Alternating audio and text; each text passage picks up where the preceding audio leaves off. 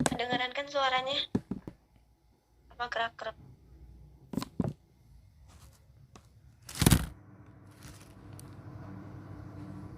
Kedengaran. Oh iya dah. Assalamualaikum warahmatullahi wabarakatuh.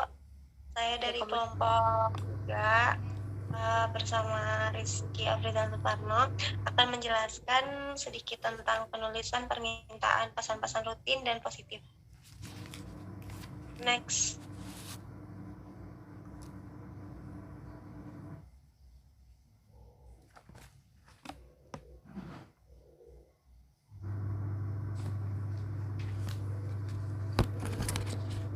Yang pertama yaitu ada pesan rutin. Pesan rutin adalah penyampaian pesan yang berkaitan dengan kegiatan bisnis sehari-hari yang bersifat rutin, penting, dan segera untuk disampaikan melalui pendekatan langsung.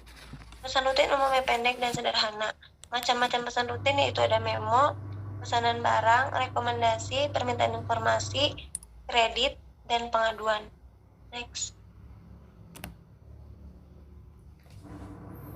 Keunggulan pendekatan langsung yaitu ada tiga pendekatan, yaitu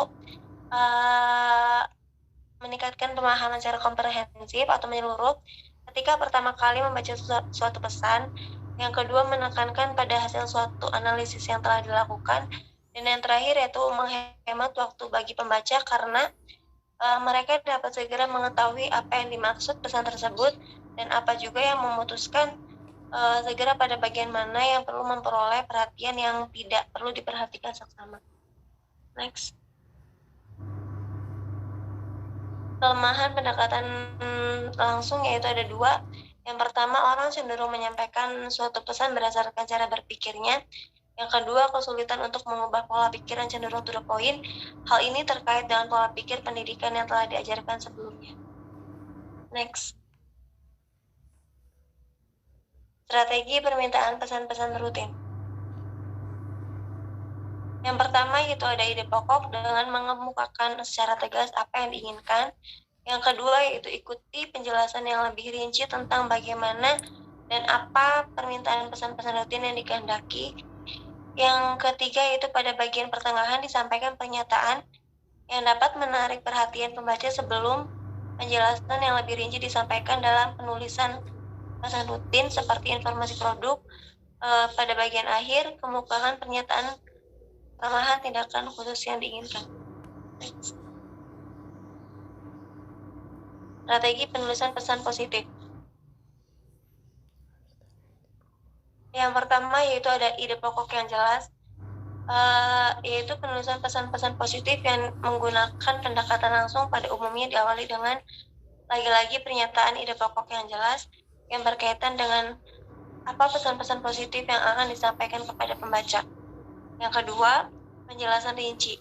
Pesan diekspresikan dengan sebuah atau dua buah kalimat, tetapi perlu dijelaskan poin-poin secara lengkap, sehingga pembaca tidak merasa bingung atau ragu-ragu terhadap isi atau substansi pesan dan harus menjaga pokok bahasan yang telah ditetapkan pada bagian awal. Yang terakhir yaitu ada penutup surat. Pesan-pesan yang telah disampaikan kemungkinan akan berhasil ketika pembaca memperoleh kesan-kesan menyenangkan atau paling tidak mereka dapat menerima pesan-pesan yang disampaikan dengan baik. Next, Rizky.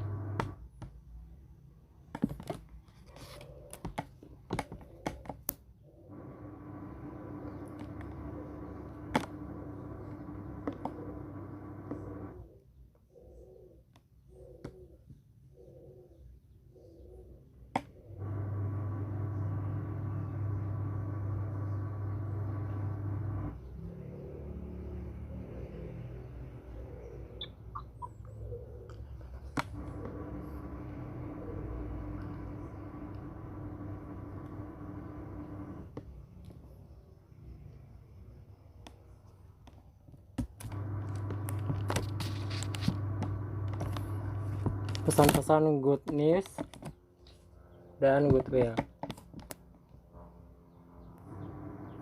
Pesan-pesan good news dan goodwill adalah pesan-pesan bisnis yang memberikan kesan positif dan menyenangkan kepada pihak lain. Melalui pesan-pesan good news dan goodwill, Para pelaku bisnis dapat melakukan berbagai upaya untuk mengembangkan dan menjaga hubungan yang baik dengan para pelanggan, klien, karyawan, atau pegawai, dan masyarakat publik pada umumnya. Yang pertama yaitu good news tentang pekerjaan dalam dunia bisnis. Terdapat beberapa contoh good news yang berkaitan dengan masalah pekerjaan, baik yang berbentuk finansial maupun non-finansial. Yang kedua yaitu ada good news tentang produk, yaitu berkaitan dengan produk yang dapat dilakukan dengan pemberian diskon harga, pemberian kupon diskon, dan pemberian produk suplemen. Yang ketiga yaitu ada pesan-pesan goodwill, yaitu peranan positif yang mendorong orang untuk tetap menjaga hubungan bisnis lebih baik. Lalu selanjutnya ada menulis jawaban positif. Banyak memo dan surat-surat bisnis ditulis untuk memberikan tanggapan atas suatu pesan maupun adanya permintaan tertentu. Untuk memberikan jawaban atas berbagai permintaan informasi yang positif tersebut, dapat digunakan pendekatan langsung yang dimulai dengan pernyataan yang positif dan menyenangkan, dan diakhiri dengan pernyataan hormat atau penghargaan pada orang lain. Yang pertama yaitu surat konfirmasi pesanan. Salah satu surat bisnis yang paling sederhana adalah membuat surat konfirmation letter yang menjelaskan kepada pelanggan bahwa pesanan produknya telah diterima. Selanjutnya yaitu menjawab permintaan pesanan. Bagaimana Anda menjawab permintaan informasi yang berisi penjualan potensial maupun yang tidak? Menjawab pertanyaan dengan penjualan potensial dan menjawab permintaan tanpa penjualan. Selanjutnya yaitu menangani permintaan kredit rutin. Kredit pada dasarnya adalah bentuk kepercayaan yang diberikan oleh suatu lembaga keuangan bank maupun non-bank kepada nasabah untuk berbagai kepentingan. Oleh karena kredit merupakan sesuatu hal yang sudah biasa dalam suatu masyarakat, kebanyakan permintaan kredit bersifat rutin, seperti surat persetujuan kredit dan referensi kredit. Lalu, persetujuan kredit ini merupakan dokumen resmi. Surat perjanjian persetujuan kredit harus dicek benar-benar baik dari sisi penulisan kata, kalimat, penggunaan tanda baca secara tepat, tingkat akurasi, kelengkapan isi, atau substansi pesan, maupun kejelasannya. Lalu ada memberikan referensi kredit. Jadi ini maksudnya adalah permohonan kredit kepada suatu lembaga perbankan tidak memerlukan surat rekomendasi dari pihak lain. Akan tetapi untuk jenis-jenis kredit tertentu yang memiliki nilai kredit yang tinggi, umumnya pemberi kredit memerlukan surat recommended dari pihak lain. Dua hal yang perlu diperhatikan dalam surat rekomendasi antara lain, yaitu permohonan surat rekomendasi harus resmi atau disahkan. Dan yang kedua yaitu menyatakan sesuai dengan fakta yang ada dan jangan dibuat-buat. Selanjutnya ada surat rekomendasi dan pemberitahuan. Surat rekomendasi merupakan salah satu bentuk informasi positif yang berkaitan erat dengan orang. Beberapa karakteristiknya yaitu yang pertama ada nama, lalu nama lengkap pemohon, lalu pekerjaan atau manfaat yang diharapkan pemohon. Selanjutnya penulis sedang menjawab suatu permohonan atau atas inisiatifnya sendiri. Juga hakikat hubungan antara penulis dan pemohonnya juga. Yang terakhir yaitu fakta-fakta yang relevan dengan posisi atau kedudukan yang dicari. Oke. Ada yang ingin ditanyakan nggak? Kalau nggak, nanti S1 tuh presentasi hari ini.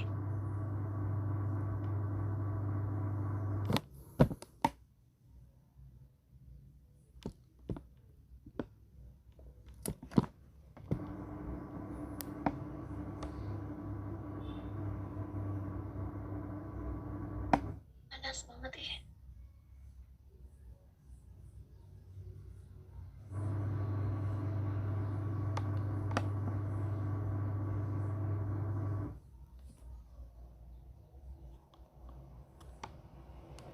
Nggak ada yang ditanyakan tah? Udah cukup jelas.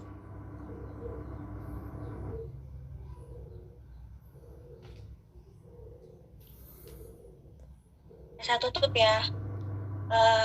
Sekian penjelasan dari kami, kurang lebihnya mohon maaf. Jika tidak ada yang ingin ditanyakan, wabillahi taufiq wal hidayah. Wassalamualaikum warahmatullahi wabarakatuh.